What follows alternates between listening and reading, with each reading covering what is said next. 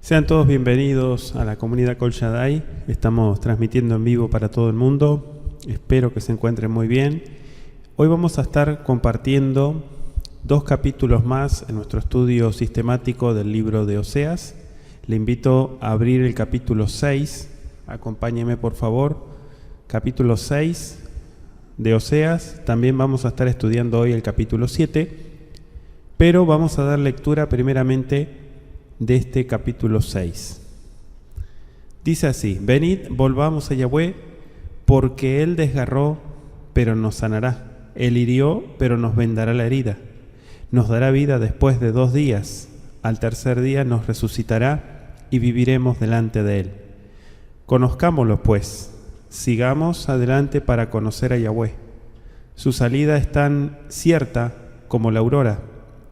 Y Él vendrá a nosotros como la lluvia tardía que riega la tierra. ¿Qué haré contigo, Efraín? ¿Qué haré contigo, Judá? Vuestra fidelidad es como nube mañanera, como el rocío temprano que desaparece. Por eso los he hecho morir con las palabras de mi boca, los he trozado por medio de los profetas, y mi sentencia saldrá como la luz, porque fidelidad quiero y no sacrificios, conocimiento de Elohim y no holocaustos. Ellos, como Adán, quebrantaron mi pacto. Allí me fueron infieles. Galaad es una villa de malhechores, llena de huellas de sangre. Como salteadores al acecho de un hombre, así bandas de sacerdotes asesinan por el camino a Siquem, cometiendo execrable maldad.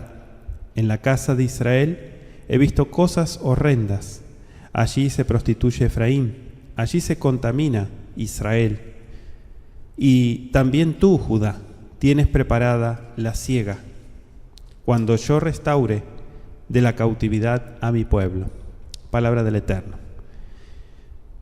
Hoy vamos a ver, primeramente en este capítulo 6, la exhortación a través del profeta Oseas al arrepentimiento, a la teshuvá, el lamento por su obstinación, la obstinación del pueblo por su iniquidad, ¿no? Realmente el dolor que expresa el profeta.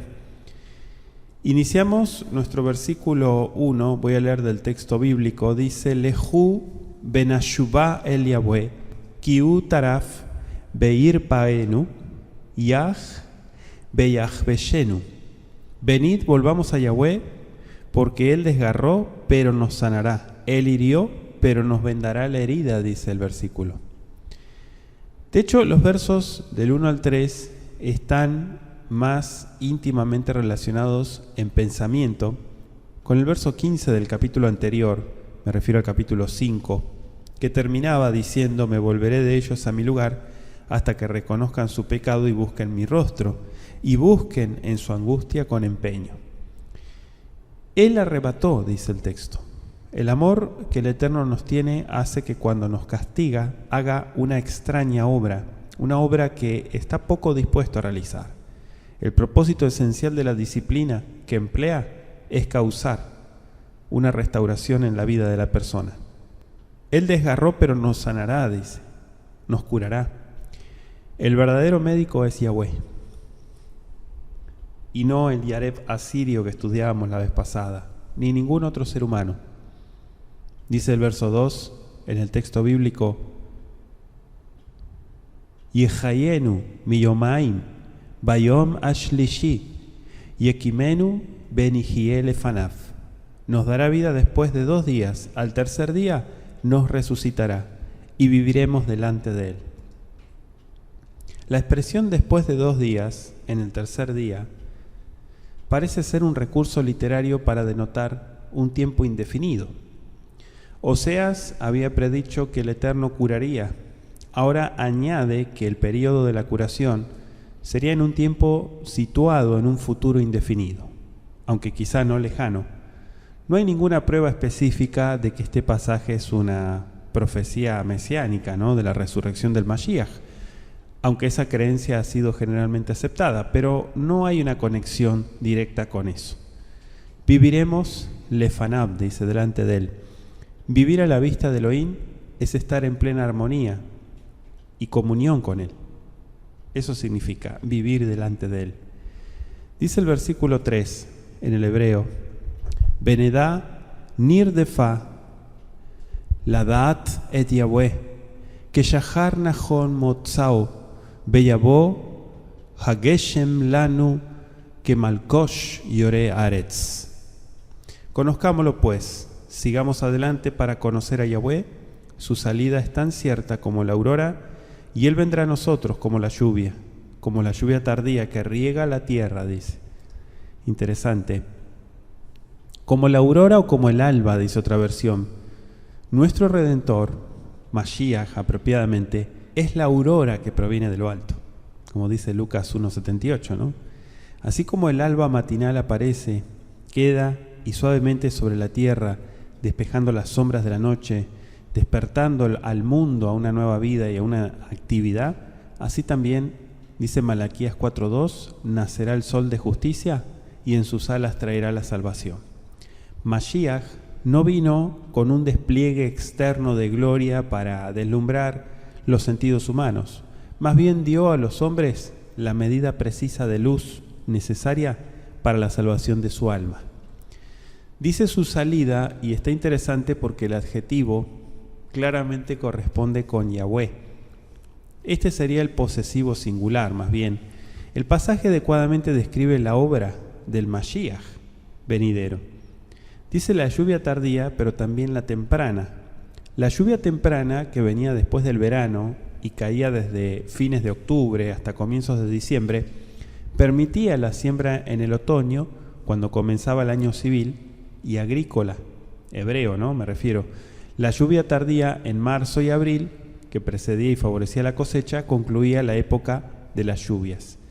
Entonces, con este lenguaje figurado y muy expresivo, el profeta Oseas aseguró a su pueblo las bendiciones de Yahweh, las cuales revitalizarían y nutrirían su vida espiritual. La pregunta del verso 4, ¿Ma eseleja Efraim? ¿Ma eseleja Yehudá? Bejas dechem, Canaan boker, Bejatal mashkim olej. ¿Qué haré contigo, Efraín? ¿Qué haré contigo, Judá?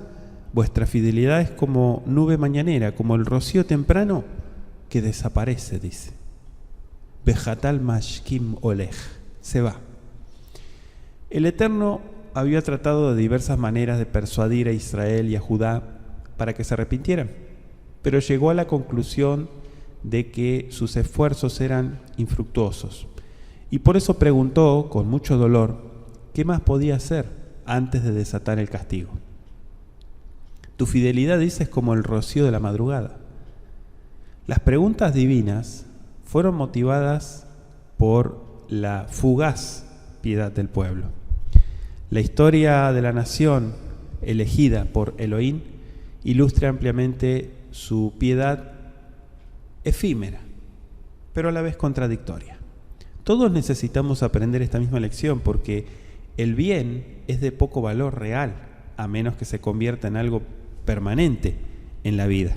Dice el versículo 5, Al-ken hatzafti baneviim araktim beimreifi umishpateja or yetze. Por eso los he hecho morir con las palabras de mi boca. Los he trozado por medio de los profetas y mi sentencia saldrá como la luz, dice el texto del verso 5. El hebreo se refiere a cortar piedras para edificar. Este es un símbolo bíblico adecuado de la forma que el escultor divino talla el alma humana a la semejanza de Elohim, ¿no? Y dice mishpateja, tus juicios. Hay otras versiones que lo traducen como mis juicios. Bueno, de todas maneras la referencia es una clara alusión al castigo divino. Dice el verso 6 y 7, porque fidelidad quiero y no sacrificios, conocimiento de Elohim y no holocaustos. Ellos, como Adán, quebrantaron mi pacto, allí me fueron infieles. El conocimiento es fundamental, porque acá dice lo importante, la fidelidad es lo que quiero y no los sacrificios, el conocimiento y no los holocaustos. La misericordia es la fe puesta en práctica. El conocimiento guía a una conducta adecuada. El conocimiento es saber lo que tenés que hacer. Sin estos dos elementos básicos, la fe tiende a ser una mera forma vacía, hueca, y causa, desde luego, el desagravio divino. Ellos son como Adán, dice. El amor supremo de Yahweh por sus hijos hizo que colocara a Adán en el jardín del Edén, pero que fuera su representante en la tierra y para que la dominara. Pero nuestro primer padre violó la orden de Elohim de que no comiera del árbol del conocimiento del bien y del mal, y usted sabe, Israel y Judá, así como Adán, habían recibido de Elohim un lugar para que vivieran, pero a semejanza de Adán y debido a su iniquidad, habían quebrantado el pacto de Elohim con ellos. Y así como Adán, serían arrojados de la tierra prometida. Israel prevaricó al transgredir el pacto, por lo que no fue más llamado pueblo, lo que estaba explícito en el nombre Lo Amí, ¿se acuerdan? La prevaricación de Israel se ilustra de diversas formas, pero si ustedes miran, volviendo al tema, el huerto del Edén, el jardín del Edén, fue un lugar establecido para Adán Arishon, fue echado. Ahora la tierra prometida, Eretz Halav Udevash, la tierra que fluye leche y miel, dice el texto bíblico, se le asignó al pueblo, pero al violar el pacto fueron expulsados de la tierra. Y ahí entran los cautiverios. Dice el verso 8, Galaad es una villa de malhechores llena de huellas de sangre. Galaad es el nombre de toda la tierra al este del Jordán, entre los ríos Yarmuk y Jaboc. Aquí se describe a los galaditas como asesinos, por lo que no es extraño encontrarlos entre los primeros del reino del norte que fueron llevados cautivos por Asiria, los galaditas. Eso está en 2 de Reyes 15, si lo quieren buscar luego de tarea. Pasamos al versículo 9, dice el texto, Ul hake ish gedudim, heber koanim, derech, iratzehu shechma, kizima asu. Una terrible descripción de la impiedad de los sacerdotes de los lugares altos. Son como ladrones, dice, salteadores al acecho de un hombre. Bandas de sacerdotes asesinan por el camino, cometiendo execrable maldad. Leo el verso 10 y 11. Dice, en la casa de Israel he visto cosas horrendas. Allí se prostituye Efraín, allí se contamina Israel. Y tú también, Judá, tienes preparada la siega, dice, cuando yo restaure de la cautividad a mi pueblo. ¿Por qué dice para ti también está preparada una siega? Puede entenderse en el buen sentido de una recompensa o en el mal sentido de un castigo.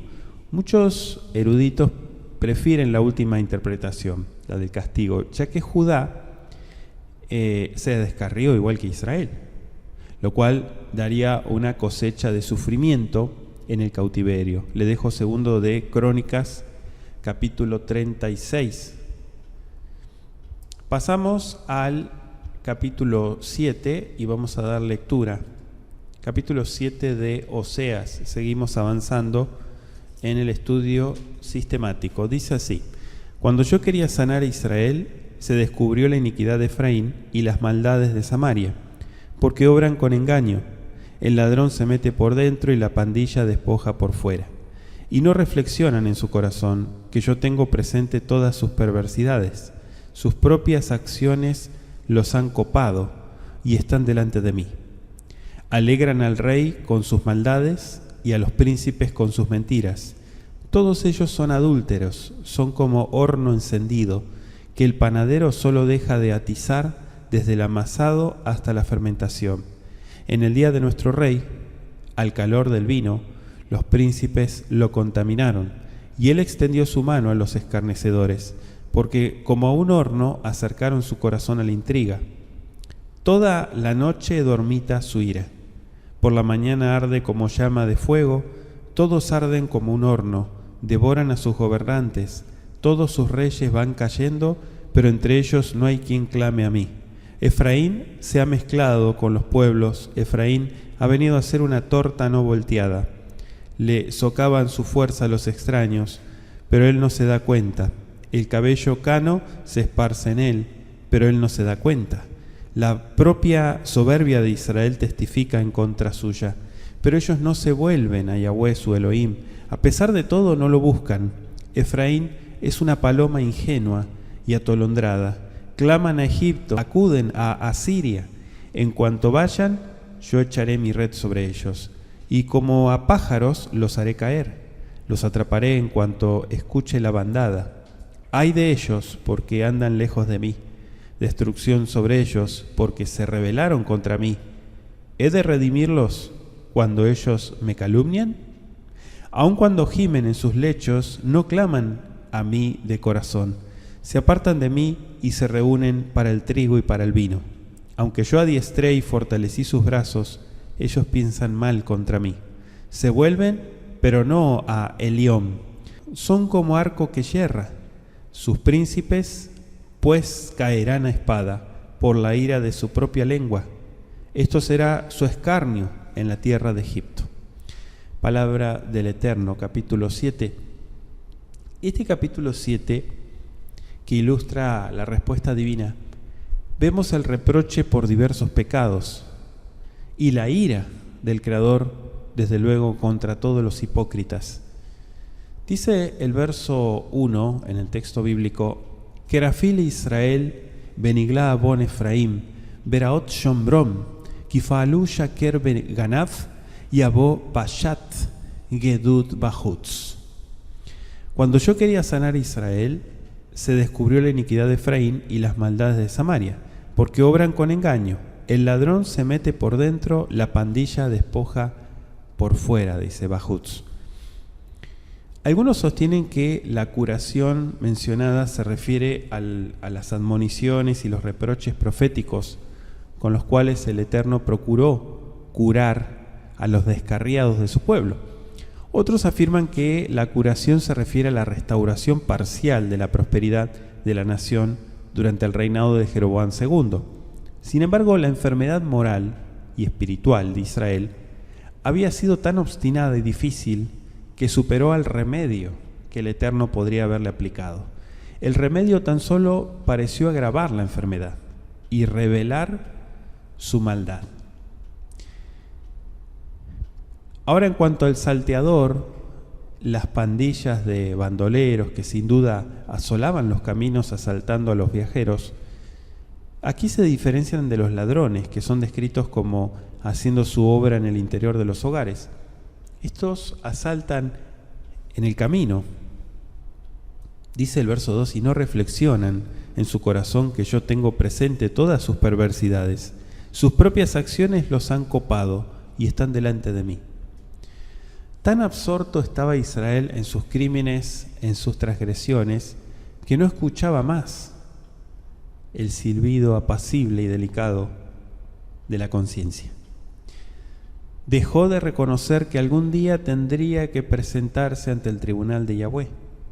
Se había olvidado de que todos sus actos siempre estaban bajo la observación del Creador. Por eso dice todas sus obras. Sus propias obras los asediaban simbólicamente, como si hubieran sido los enemigos de sus almas. Pronto caerían completamente derrotadas las fortalezas de la conciencia y de los deseos correctos. Qué terrible, ¿no?, lo que ilustra Oseas. El verso 3 dice: Beraatam yesamehu melech ubhashem sarim. Alegran al rey con sus maldades y a los príncipes con sus mentiras, dice. Tan general había llegado a ser la corrupción moral y la impiedad de Israel, que el mal que había difundido por todas las clases sociales, desde las más humildes hasta las más encumbradas, la situación se agravó debido al proceder degradante del rey y de sus príncipes, quienes se complacían con la impiedad y aprobaban esta conducta.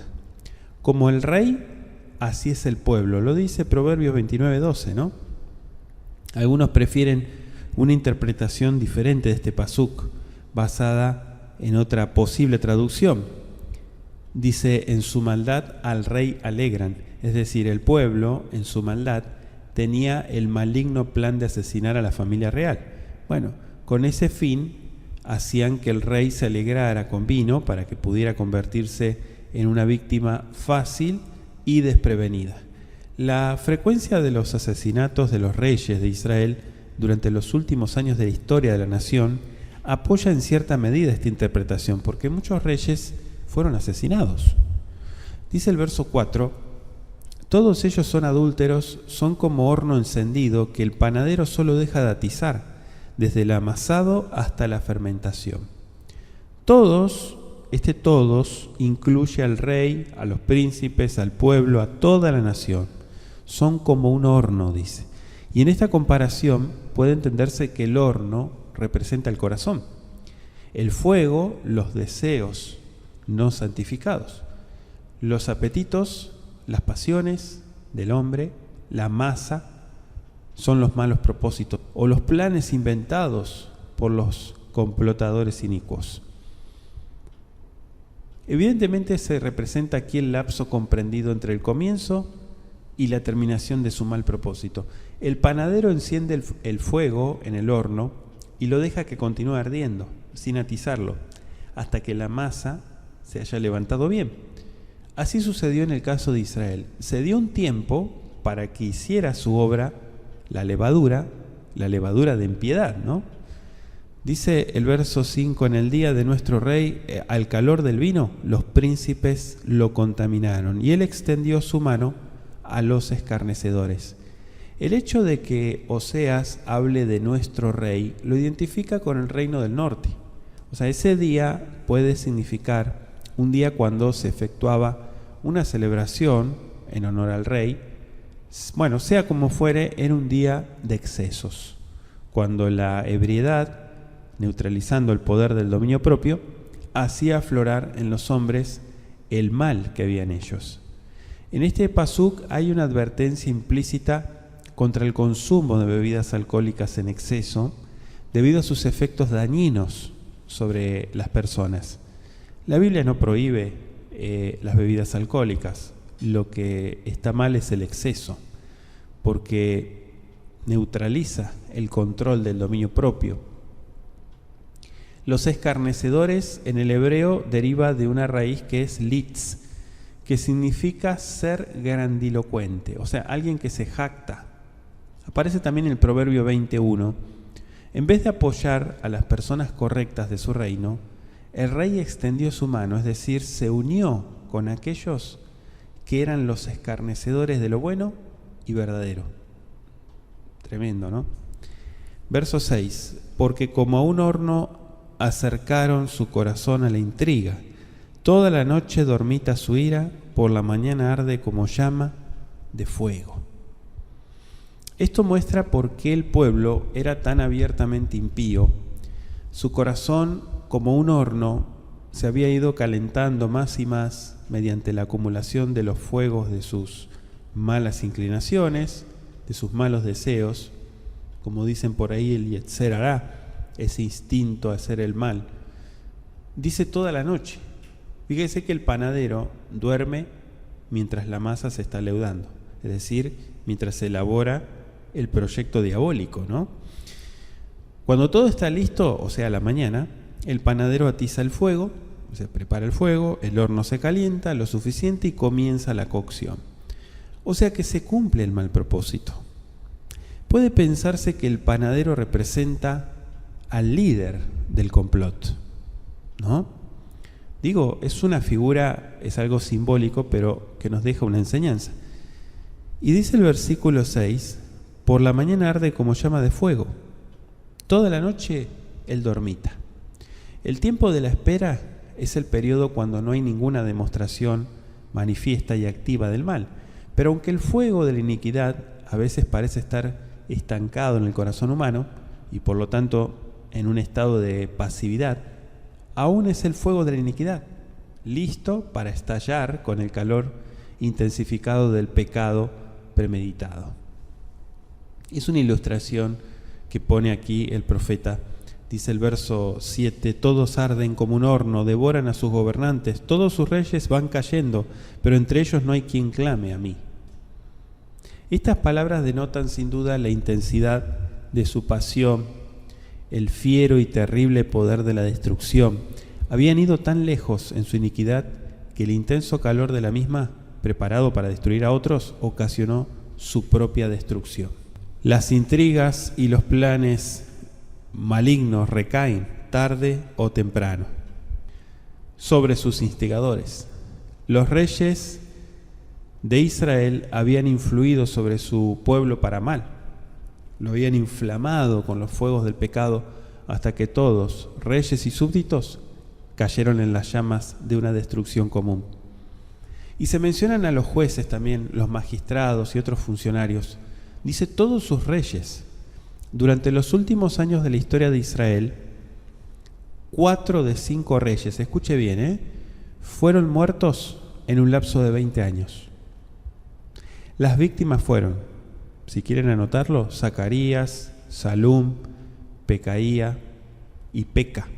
En los comienzos del reino del norte, varios otros reyes fueron muertos por sus sucesores, o perecieron violenta o misteriosamente. De los 20 reyes de Israel, solo Jeroboam I, Baasa, Omri, Ocosías, Jehú, Joacás, Joás, Jeroboam II y Manahem murieron por causas naturales. ¿Sí? Solo ellos. Estamos hablando de 1, 2, 3, 4, 5, 6, 7, 8, 9.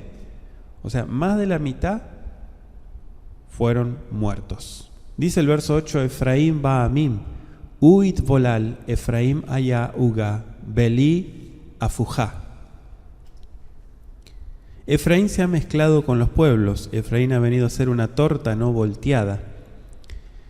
Es decir, se mezcló con otras naciones. Una de las principales razones de la apostasía de Israel fue que se mezcló con paganos y se unió en matrimonio con ellos. Y la palabra torta aquí aparece como ugá en hebreo. El ugá es un pan delgado, redondo, que se cocinaba rápidamente sobre cenizas, o a veces lo hacían sobre piedras calientes. Eso está en 1 de Reyes 19:6.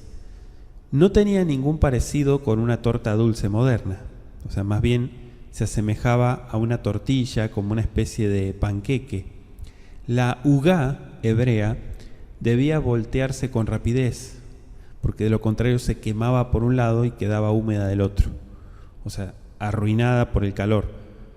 Bueno, este no había penetrado en ella.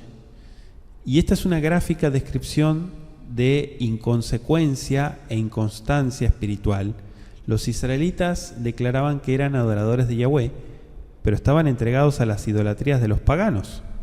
El Eterno eligió a Abraham y a sus descendientes para que fueran una nación apartada para él, para que le pertenecieran. Por eso ordenó que debían vivir tal como lo profetizó Balaam en Números 23, un pueblo que habitará confiado. Israel no quiso obedecer la orden divina y se mezcló con los pueblos circunvecinos, y por eso su fe se convirtió en una fe híbrida, una religión idolátrica. Dice el verso 9, le socavan su fuerza los extraños, pero él no se da cuenta. El cabello cano se esparce en él, pero él no se da cuenta. Esta mezcla de Israel con los paganos no podía traer más que dificultades. Las naciones idólatras devoraron la fuerza de Efraín. Siria, por ejemplo, humilló y redujo el ejército de Joacás a un número insignificante. Lo dice 2 de Reyes 13. Manahem tuvo que pagar tributo a Asiria, dice 2 de Reyes 15. Durante el reinado de Peca, Tiglat-Pileser, el rey asirio, conquistó territorio israelita y llevó sus habitantes cautivos a Asiria. Está en 1 de Crónicas 5 también. Todo esto sucedió antes de que el reino terminara con la caída de Samaria en 2 de Reyes 17. Entonces, esto es importante, ¿no? Devoraron extraños, dice. En cuanto a las canas que menciona el versículo, es una representación simbólica de la declinación de la fuerza nacional de Israel y la decadencia de su importancia nacional. Él no lo supo, o dice esta versión, él no se da cuenta. Esto no significa necesariamente que Israel no supiera que estaba decayendo. Lo que sucedía dentro y fuera de la nación era demasiado evidente. Lo que no discernían era que esa decadencia se debía a su apostasía. A Israel le faltaba el conocimiento esencial que debería haber tenido. Dice el verso 10 y 11, la propia soberbia de Israel testifica en contra suya, pero ellos no se vuelven a Yahweh, su Elohim. A pesar de todo no lo buscan. Efraín es una paloma ingenua y atolondrada. Claman a Egipto, acuden a Asiria. Estas palabras destacan la contumacia del reino del norte al no buscar la ayuda del Creador. Por el contrario, hicieron alianzas y tratados con naciones extranjeras. Es como una paloma atolondrada, dice. Antiguamente parece haberse difundido la opinión de que la paloma es una ave sencilla que es fácilmente engañada. La inocencia de esta ave es el tema de un proverbio árabe muy antiguo, y la completa ingenuidad con que una paloma vuela mientras es atrapada en la red de un cazador sin advertirla ni observarla, se usa muy bien como una ilustración gráfica de la necedad de Efraín. Le dejo el Proverbio capítulo 7, verso 23. Israel pidió la ayuda de Egipto y Asiria y no comprendió que estaba estimulando la codicia de esas potencias imperialistas que querían más territorios y procuraban dominar Israel. Así Israel perdió su independencia y perdió su soberanía. La posición geográfica de Israel la exponía a ser invadida por esos dos antiguos imperios. Las dos naciones hebreas estaban en el camino que separaba a estos dos grandes poderes, porque del sur tenían a Egipto y del norte a Asiria. Entonces, ese camino que unía las fértiles cuencas del Nilo y el Éufrates era un botín muy codiciado por el cual luchaban estos dos poderosos imperios. Los reinos de Israel y de Judá fueron atrapados en esa rivalidad internacional y quedaron agobiados por los dos rivales.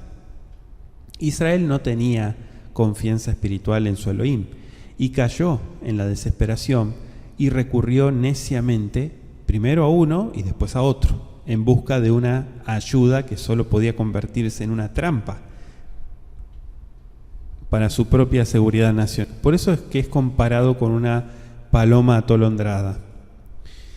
Dice el verso 12, en cuanto vayan, yo echaré mi red sobre ellos y como a pájaros los haré caer, los atraparé en cuanto escuche la bandada. A Egipto y a Siria iban a ir en busca de ayuda. Bueno, que vayan, yo voy a extender mi red de castigo, dice el Creador. Les haré caer. El profeta Oseas aquí continúa usando la figura de las aves y su captura. No importa cuán alto o rápido fuera su vuelo, el pueblo no podría escapar de Elohim, sería humillado hasta el polvo. Oseas informa a Efraín que los castigos, tan frecuentemente anunciados por los profetas a la congregación de los hijos de Israel, caerían severamente sobre los apóstatas. Ay de ellos, dice el verso 13, porque andan lejos de mí. El pueblo se había apartado de Yahweh, su única fuente de salvación. Dice el verso 13, destrucción sobre ellos porque se rebelaron contra mí. ¿He de redimirlos cuando ellos me calumnian? Tremendo, ¿no? O sea, hablan mentiras contra mí y yo los tengo que salvar. El profeta no acusa aquí al pueblo de que hubiera dicho mentiras solo contra hombres, sino de algo que es más grave: mentir contra el Creador o en cuanto a Él. Entre tales mentiras podría incluirse la negación de la deidad esencial como atributo exclusivo de Yahweh y también la negación de su poder o voluntad ya fuera para proteger o para castigar. O quizá el profeta quería decir que esas mentiras consistían en aproximarse hipócritamente a Elohim con los labios, mientras que el corazón estaba muy lejos de ellos, como decía Isaías 29:13, ¿no? Ahora dice el verso 14, aun cuando gimen en sus lechos, no claman a mí de corazón, se apartan de mí y se reúnen para el trigo y para el vino. O sea, la falsedad del pueblo se manifestaba tanto en sus obras como en sus palabras. Porque si en realidad recurrían a Elohim pidiéndole ayuda, lo hacían con insinceridad. El clamor de Israel ante Elohim no emanaba del corazón. Gritaban, dice. Y en el hebreo utiliza la expresión yalal, que está terrible porque significa aullar. Y esta palabra imita el sonido de la desesperación. Esos aullidos se debían al sufrimiento del pueblo y no a un verdadero arrepentimiento o a tener fe en Yahweh. El verdadero arrepentimiento es motivado no por el temor al castigo del pecado, sino por el deseo de liberación de su gran pecaminosidad. Dice otra versión, se congregaron. El cuadro es el de un grupo de haraganes que holgazanean juntos mientras su interés principal se concentra en comer y beber. Se han sugerido varias explicaciones para el propósito de estas reuniones. Algunos creen que se celebraban para dar la apariencia de realizar algún rito adicional del culto a Yahweh. Bueno, otros sugieren que eran fiestas en templos de ídolos celebradas para aplacar a los dioses mediante ofrendas de alimentos.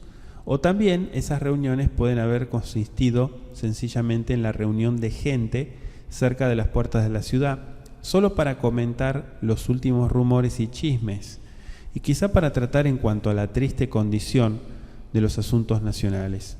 Sea como fuere, la principal preocupación de estas personas era tener abundante provisión de trigo y de vino para satisfacer sus necesidades materiales.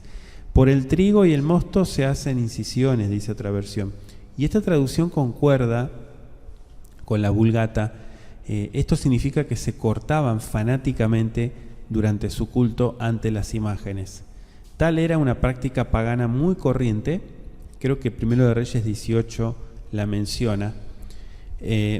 Dice el verso 15, aunque yo adiestré y fortalecí sus brazos, ellos piensan mal contra mí. Literalmente dice yo discipliné, yo instruí, o incluso yo castigué, podría significar. Este pasaje es otra referencia a la bondad del Creador y a la subsecuente ingratitud de Israel. A cambio de la bondad de Elohim para su pueblo, este ideó males contra el Eterno, obstinadamente persistió en sus malos caminos. Entonces este pasú revela, de paso, el poder de la voluntad humana y cuán libre es ella. La voluntad puede resistir la influencia de Elohim y hacer que resulte para mal lo que Él quiere que sea para bien, porque la voluntad es moral y espiritualmente soberana e independiente. ¿Escuchó? Dice, ellos piensan mal contra mí, sin embargo yo fortalecí sus brazos. Los brazos, recuerde que son un símbolo de fuerza en la Biblia.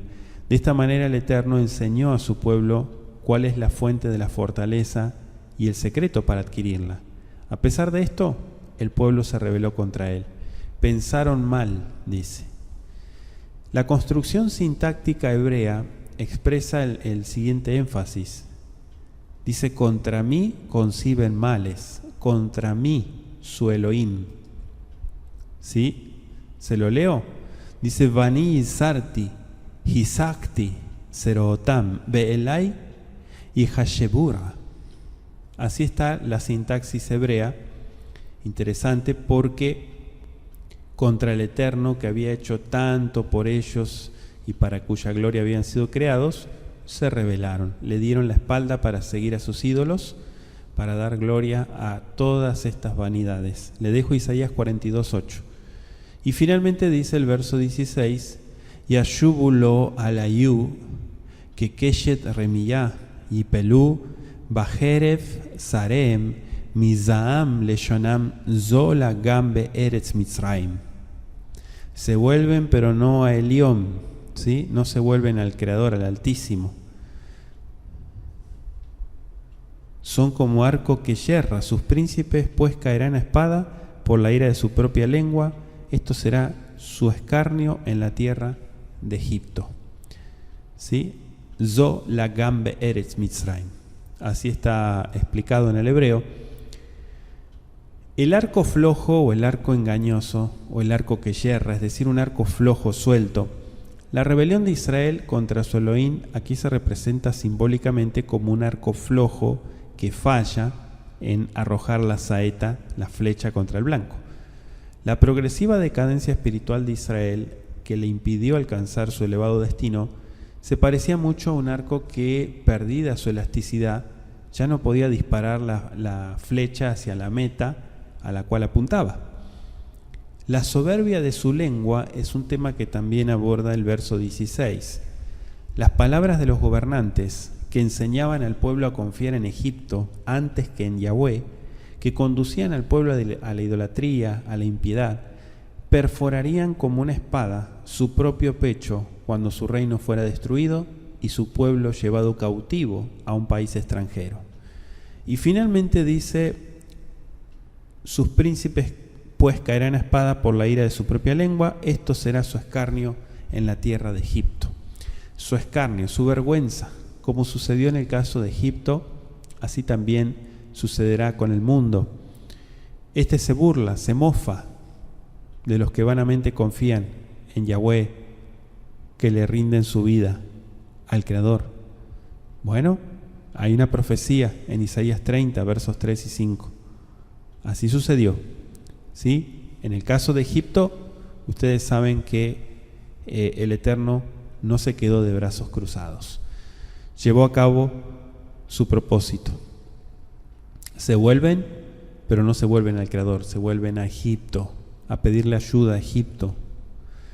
Hasta aquí llegamos con nuestro estudio, dándole gracias al Altísimo, como siempre, por la oportunidad que nos da de reflexionar y analizar junto su palabra. Ribono Shel Olam, amo del universo, te agradecemos por la oportunidad que nos das de reflexionar juntos en tu palabra. Te pedimos que sigas dirigiéndonos en el estudio, en el análisis del libro de Oseas. Gracias por tu reflexión. En el nombre de Yeshua, el Mesías. Amén y amén. Que así sea. Si este material ha sido de bendición para sus vidas, le extendemos la invitación para ayudarnos, apoyarnos en la comunidad Kol Shaddai, ayudarnos a seguir adelante compartiendo más estudios con todos ustedes. También le extendemos la invitación para unirse a nuestras clases de hebreo bíblico totalmente en vivo y que puedan ser parte de esta comunidad de estudiantes de hebreo. Si necesitan más información, contáctese con nosotros a nuestro correo para brindarles más detalles. Nos reencontramos entonces en nuestro próximo estudio.